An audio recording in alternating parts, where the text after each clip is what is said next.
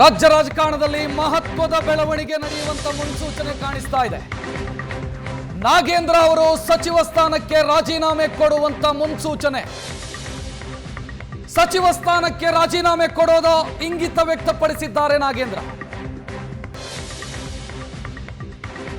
BJP ಮತ್ತು ಜಾತ್ಯತೀತ ಜನತಾದಳದ ಜಂಟಿ ಹೋರಾಟಕ್ಕೆ ಕೊನೆಗೂ ಕೂಡ ಫಲ ಸಿಗುವಂತ ಸಾಧ್ಯತೆ ಇದೆ. ಮುಖ್ಯಮಂತ್ರಿಯ ಮುಂದೆ ರಾಜೀನಾಮೆಯ ಇಂಗಿತವನ್ನ ಸಚಿವ ನಾಗೇಂದ್ರ ವ್ಯಕ್ತಪಡಿಸಿದ್ದಾರೆ ಅನ್ನುವಂತ ಡೀಟೇಲ್ ಈಗ ಲಭ್ಯ ಆಗ್ತಾ ಇರೋದು. ನಾಳೆ ಮುಖ್ಯಮಂತ್ರಿ ಡಿ.ಕೆ. ಶಿವಕುಮಾರ್ ದೆಹಲಿಗೆ ಹೋಗ್ತಾ ಇದ್ದಾರೆ. ಅದಕ್ಕೂ ಮುಂಚೆ ನಾಗೇಂದ್ರ ಅವರು ರಾಜೀನಾಮೆಯನ್ನ ಕೊಡುವಂತ ಸಾಧ್ಯತೆಗಳು ಕಾಣ್ತಾ ಇದೆ. ರಾಜೀನಾಮೆ ಕೊಟ್ಟು ಪಕ್ಷ ಸಂಘಟನೆಯಲ್ಲಿ ಭಾಗಿಯಾಗ್ತೀನಿ, ನನ್ನಿಂದ ಪಕ್ಷಕ್ಕೆ ಮುಜುಗರ ಆಗೋದು ಬೇಡ ಅನ್ನೋ ನಿಲುವಿಗೆ ನಾಗೇಂದ್ರ ಬಂದಿದ್ದಾರೆ ಅನ್ನುವಂತ ಮಾಹಿತಿ ಈಗ ಲಭ್ಯವಾಗ್ತಾ ಇರೋದು. ಇಡೀ ಮುಂಗಾರು ಅಧಿವೇಶನ ಇದೇ ವಿಚಾರಕ್ಕೆ ಸಂಬಂಧಿಸಿದಂತೆ ವ್ಯರ್ಥವಾಗಿತ್ತು. ಕಲಾಪಗಳು ನಡೆದಿರಲಿಲ್ಲ. ಕಾಂಗ್ರೆಸ್ ತನ್ನ ನಿಲುವಿಗೆ ಬದ್ಧವಾಗಿತ್ತು, ರಾಜೀನಾಮೆಯನ್ನ ಪಡ್ಕೊಳ್ಳೋದಿಲ್ಲ ಅಂತ. ಆದರೆ ಈಗ ಗೊತ್ತಾಗ್ತಾ ಇರುವಂತ ಮಾಹಿತಿ, ಸ್ವತಃ ನಾಗೇಂದ್ರ ಮುಖ್ಯಮಂತ್ರಿ ಡಿ.ಕೆ. ಶಿವಕುಮಾರ್ ಅವರ ಜೊತೆಗೆ ಮಾತನಾಡಿದ್ದಾರೆ. ನನ್ನಿಂದ ಪಕ್ಷಕ್ಕೆ ಮುಜುಗರ ಆಗೋದು ಬೇಡ, ನಾನು ರಾಜೀನಾಮೆಯನ್ನ ಕೊಡ್ತೀನಿ ಅಂತ ನಾಗೇಂದ್ರ ಸಿಎಂ ಬಳಿ ಹೇಳಿಕೊಂಡಿದ್ದಾರೆ. ಸಿಎಂಗೆ ಫೋನ್ ಮಾಡಿ ರಾಜೀನಾಮೆಯ ವಿಚಾರವನ್ನ ನಾಗೇಂದ್ರ ಪ್ರಸ್ತಾಪಿಸಿದ್ದಾರೆ. ಈಗ ಅವಸರ ಮಾಡಬೇಡ, ನಾನು ವರಿಷ್ಠರ ಜೊತೆಗೆ ಚರ್ಚಿಸಿ ಆ ನಂತರ ನಿನ್ಗೆ ಹೇಳ್ತೀನಿ ಅಂತ ಡಿ.ಕೆ. ಶಿವಕುಮಾರ್ ನಾಗೇಂದ್ರ ಅವರಿಗೆ ತಿಳಿಸಿದ್ದಾರೆ ಅನ್ನುವಂತ ಮಾಹಿತಿಯೂ ಕೂಡ ಸಿಗ್ತಾ ಇದೆ. ನಾಳೆ ಮುಖ್ಯಮಂತ್ರಿ ಡಿ.ಕೆ. ಶಿವಕುಮಾರ್ ದೆಹಲಿಗೆ ಹೋಗ್ತಾರೆ. ಕ್ಯಾಬಿನೆಟ್ ಅಲ್ಲಿ ಒಂದು ಸಚಿವ ಸ್ಥಾನ ಖಾಲಿ ಇದೆ, ಮಹಿಳೆಯರಿಗಾಗಿ ಮೀಸಲಿಟ್ಟಿರುವಂತ ಸಚಿವ ಸ್ಥಾನ ಅದು.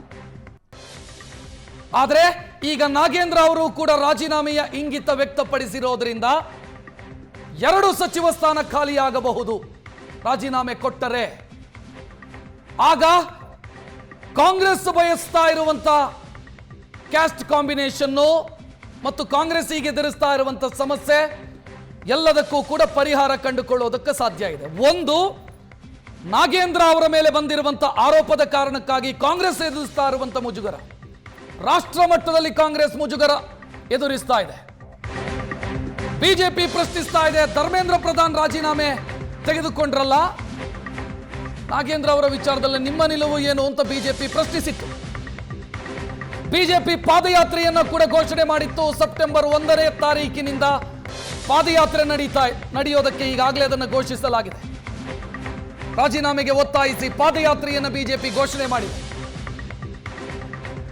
ಅದಕ್ಕೂ ಮೊದಲೇ ಈಗ ನಾಗೇಂದ್ರ ಅವರು ರಾಜೀನಾಮೆ ಕೊಡುವಂತ ಸಾಧ್ಯತೆ ಕಾಣ್ತಾ ಇದೆ. ಇವತ್ತು ಸಂಜೆ ಹೊತ್ತಿಗೆ ನಾಗೇಂದ್ರ ಸಚಿವ ಸ್ಥಾನಕ್ಕೆ ರಾಜೀನಾಮೆಯನ್ನ ಕೊಡಬಹುದು.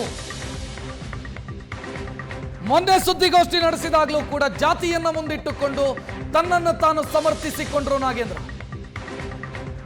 ಕೆಲ ಮನುವಾದಿಗಳು ನಾನು ದಲಿತ ಅನ್ನೋ ಕಾರಣಕ್ಕಾಗಿ ನನ್ನನ್ನು ಸಹಿಸಿಕೊಳ್ತಾ ಇಲ್ಲ ಅಂತ ನಾಗೇಂದ್ರ ಹೇಳಿದ್ರು. ಈಗ ಅದೇ ವಿಚಾರವನ್ನ ಸಿಎಂ ಮುಂದೆಯೂ ಕೂಡ ಪ್ರಸ್ತಾಪಿಸಿದ್ದಾರೆ. ದಲಿತ ಅನ್ನೋ ಕಾರಣಕ್ಕಾಗಿ ನನ್ನನ್ನು ಸಹಿಸಿಕೊಳ್ತಾ ಇಲ್ಲ, ಬಿಜೆಪಿಯವರು ಮನುವಾದಿಗಳು, ದಲಿತ ವಿರೋಧಿ ನಡೆ ಜಗಜ್ಜಾಹೀರಾಗಲಿ, ಅದಕ್ಕಾಗಿ ನಾನು ರಾಜೀನಾಮೆ ಕೊಡ್ತೀನಿ ಅಂತ ನಾಗೇಂದ್ರ ಅವರೇ ಸಿಎಂ ಜೊತೆಗೆ ಮಾತುಕತೆ ನಡೆಸಿದ್ದಾರೆ ಅನ್ನೋದು ಈಗ ಸಿಗ್ತಾ ಇರುವಂತ ಮಾಹಿತಿ. ನಾಗೇಂದ್ರ ಅವರನ್ನ ಕ್ಯಾಬಿನೆಟ್ಗೆ ತೆಗೆದುಕೊಂಡ ತಕ್ಷಣವೇ ದೊಡ್ಡ ಮಟ್ಟದಲ್ಲಿ ಬಿಜೆಪಿ ಅದನ್ನ ವಿರೋಧಿಸಿತ್ತು. ವಾಲ್ಮೀಕಿ ನಿಗಮದಲ್ಲಾದಂತಹ ಹಗರಣದಲ್ಲಿ ನಾಗೇಂದ್ರ ಅವರ ನೇರ ಪಾತ್ರ ಇದೆ.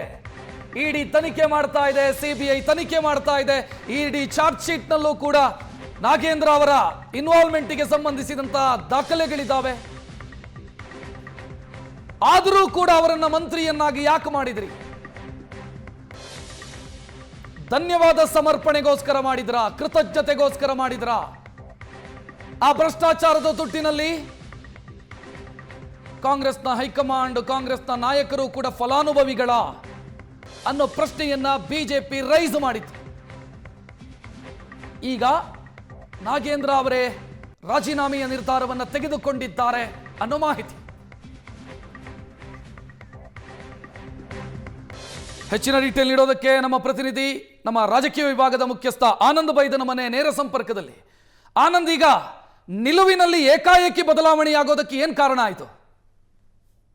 ಎಸ್, ಸಚಿವ ನಾಗೇಂದ್ರ ರಾಜೀನಾಮೆಗೆ ಒತ್ತಾಯಿಸಿ ಪ್ರತಿಪಕ್ಷವಾಗಿರ್ತಕ್ಕಂಥ ಬಿಜೆಪಿ ನಡೆಸಿರೋ ಹೋರಾಟ ಒಂದು ಕಡೆ ಆದರೆ, ಸಾರ್ವಜನಿಕ ವಲಯದಲ್ಲಿ ನಾಗೇಂದ್ರ ಅವರ ವಿರುದ್ಧವಾಗಿ ವ್ಯಕ್ತವಾಗ್ತಿರ್ತ ಅಭಿಪ್ರಾಯಗಳು ಮತ್ತು ಇಡೀ ಸರ್ಕಾರದ ಬಗ್ಗೆನೇ ಒಂದು ರೀತಿ ಸಂಶಯ ಬರುವ ರೀತಿಯ ವಾತಾವರಣಗಳು ನಿರ್ಮಾಣ ಆದ ಕಾರಣಕ್ಕಾಗಿ ಪಕ್ಷದ ಒಳಗಡೆ ಮತ್ತು ಸರ್ಕಾರದ ಒಳಗಡೆ ಗಂಭೀರವಾಗಿರ್ತಕ್ಕಂಥ ಪರ ವಿರೋಧ ಅಭಿಪ್ರಾಯಗಳು ಕೂಡ ವ್ಯಕ್ತವಾಗಿತ್ತು. ಸದನ ನಡೆಯುವ ಸಂದರ್ಭದಲ್ಲಿ ಸಚಿವ ನಾಗೇಂದ್ರ ರಾಜೀನಾಮೆ ಕೊಡಿಸಬೇಕಾ ಅಥವಾ ಕೊಡಬಾರ್ದ ಅಂತಕ್ಕಂಥದ್ರ ಬಗ್ಗೆನೂ ಸಹಜವಾಗಿರುವಂಥ ಚರ್ಚೆಗಳು ಜೋರಾದ ಕಾರಣಕ್ಕಾಗಿ ಅಂತಿಮವಾಗಿ ನಾಗೇಂದ್ರ ಪರವಾಗಿ ನಿಲ್ತಕ್ಕಂಥ ನಿರ್ಧಾರವನ್ನು ಇಡೀ ಸರ್ಕಾರ ಮಾಡಿತು, ಇಡೀ ಸಚಿವ ಸಂಪುಟವು ಕೂಡ ಮಾಡಿತ್ತು. ಅಂತಿಮವಾಗಿ ಈ ವಿಚಾರದಲ್ಲಿ ಸಚಿವ ನಾಗೇಂದ್ರ ಅವರೇ ಒಂದು ಹೆಜ್ಜೆ ಮುಂದೆ ಹೋಗಿ ನಾನು ಬೇಕಾದ್ರೆ ರಾಜೀನಾಮೆ ಕೊಡ್ಲಿಕ್ಕೆ ಸಿದ್ಧ ಅಂತಕ್ಕಂಥ ಅಭಿಪ್ರಾಯ ವ್ಯಕ್ತಪಡಿಸಿದಾಗ ಯಾವುದೇ ರೀತಿಯಾಗಿರ್ತಕ್ಕಂಥ ಆತುರದ ನಿರ್ಧಾರ ಬೇಡ ಅಂತಕ್ಕಂಥದ್ದನ್ನು ಸಿಎಂ ಹೇಳಿದರು. ಈಗ ಮತ್ತೆ ಪ್ರತಿಪಕ್ಷವಾಗಿರ್ತಕ್ಕಂಥ ಬಿಜೆಪಿ ಒಂದು ಕಡೆ ಪಾದಯಾತ್ರೆ ಮಾಡ್ತಕ್ಕಂಥದ್ದು ಮತ್ತು ಒಂದು ಕಡೆ ರಾಜ್ಯಪಾಲರು CBI ಕೊಟ್ಟಿರ್ತಕ್ಕಂಥ ಪ್ರಾಸಿಕ್ಯೂಷನ್ ಅರ್ಜಿಗೆ ಅದಕ್ಕೆ ಸಕಾರಾತ್ಮಕವಾಗಿ ಸ್ಪಂದಿಸ್ತಕ್ಕಂಥ ರೀತಿಯಲ್ಲಿ ಸರ್ಕಾರದ ಅಭಿಪ್ರಾಯ ಕೇಳಿರ್ತಕ್ಕಂಥದ್ದು, ಒಂದು ಕಡೆ ಕಾನೂನಾತ್ಮಕವಾಗಿರ್ತಕ್ಕಂಥ ಹೋರಾಟಗಳು ಕೂಡ ಬಿಗಿ ಆಗ್ತಾ ಇರುವುದು. ಈ ಎಲ್ಲ ಕಾರಣಕ್ಕಾಗಿ ಒಂದು ಹೆಜ್ಜೆ ಮುಂದೆ ಬಂದಿರತಕ್ಕಂಥ ನಾಗೇಂದ್ರ ಅವರು ಖುದ್ದು DK ಶಿವಕುಮಾರ್ ಅವರಿಗೆ ಫೋನ್ ಮಾಡೋದ್ರ ಮೂಲಕ ನಾನು ರಾಜೀನಾಮೆಗೆ ಸಿದ್ಧ ಅಂತಕ್ಕಂಥ ಮಾತನ್ನು ಕೂಡ ಹೇಳಿದ್ದಾರೆ.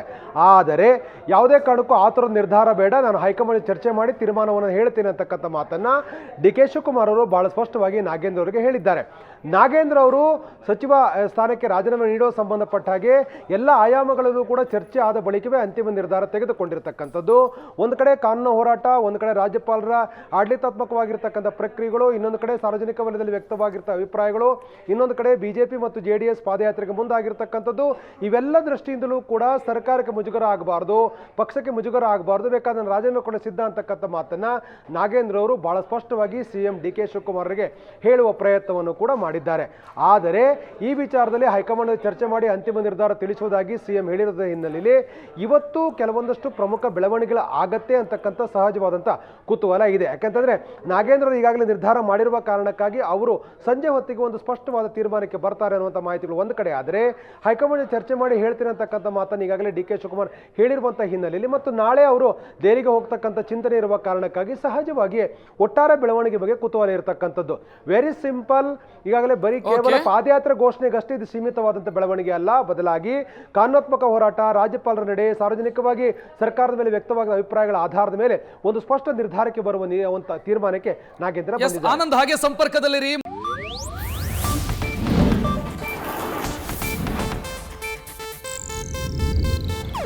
ಇದು ಏಷ್ಯಾನೆಟ್ ನ್ಯೂಸ್ ನೆಟ್ವರ್ಕ್ ಪ್ರಸ್ತುತಿ.